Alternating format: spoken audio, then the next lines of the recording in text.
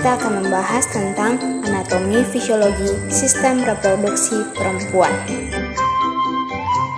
Terdapat dua organ pada sistem reproduksi perempuan, ada eksternal dan juga internal. Eksternal yaitu ada vulva, mons pubis, labia mayora, labia minora, klitoris, vestibulum, hymen, dan perineum. Sedangkan internal vagina, uterus, tuba fallopi, dan ovarium. Pada organ bagian luar yang pertama vulva, organ yang tampak dari luar dan berbentuk lonjong dengan ukuran panjang dari muka ke belakang. Selanjutnya organ yang kedua yaitu mons pubis, bagian yang menonjol di bagian simfisis pubis dan terdiri dari jaring lemak, kemudian ditutupi oleh rambut kemaluan. Organ ketiga yaitu labia mayora. Labia mayora terdiri dari bagian kanan dan kiri serta terisi oleh jaringan lemak lanjutan mons pubis ke arah bawah dan belakang dan banyak mengandung plexus vena. Fungsi dari labia mayora yaitu menutup dan melindungi struktur alat kelamin. Organ keempat yaitu labia minora.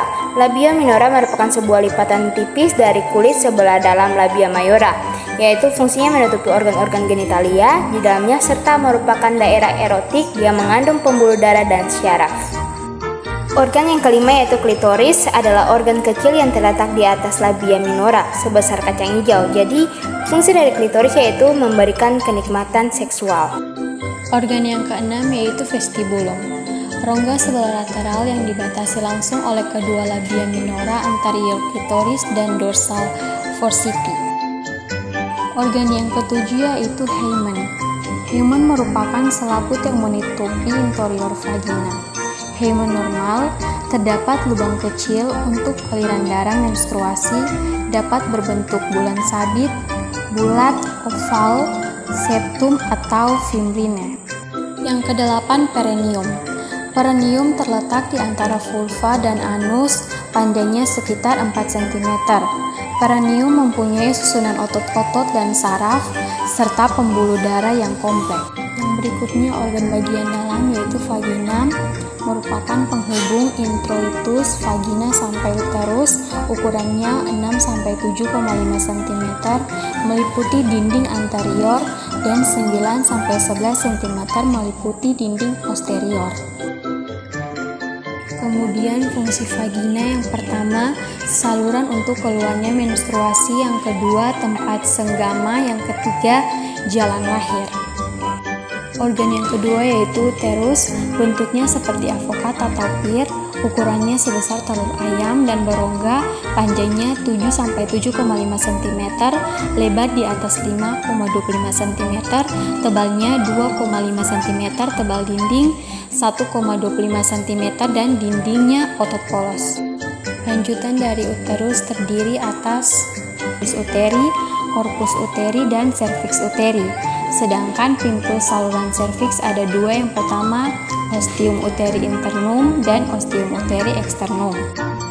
Kemudian fungsi uterus yang pertama setiap bulan berfungsi dalam pengeluaran darah haid, yang kedua selama kehamilan sebagai tempat implementasi, yang ketiga saat persalinan dengan adanya kontraksi dinding uterus dan pembukaan serviks uterus, isi konsepsi dikeluarkan.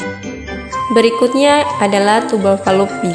Tuba fallopi adalah saluran telur yang berbentuk tabung dengan panjang sekitar 7-14 cm dan diameter sekitar 3-8 mm. Selanjutnya tuba fallopi terdiri atas yang pertama pars interstitialis, kedua pars isthmica, ketiga pars ampularis, keempat infundibulum. Fungsi tuba fallopi adalah menangkap dan membawa ovum dari ovarium ke uterus dan tempat terjadinya konsepsi. Yang terakhir adalah ovarium. Ovarium homolog dengan testis pada pria. Ovarium berbentuk val dan terletak pada dinding panggul lateral yang disebut fossa ovarium.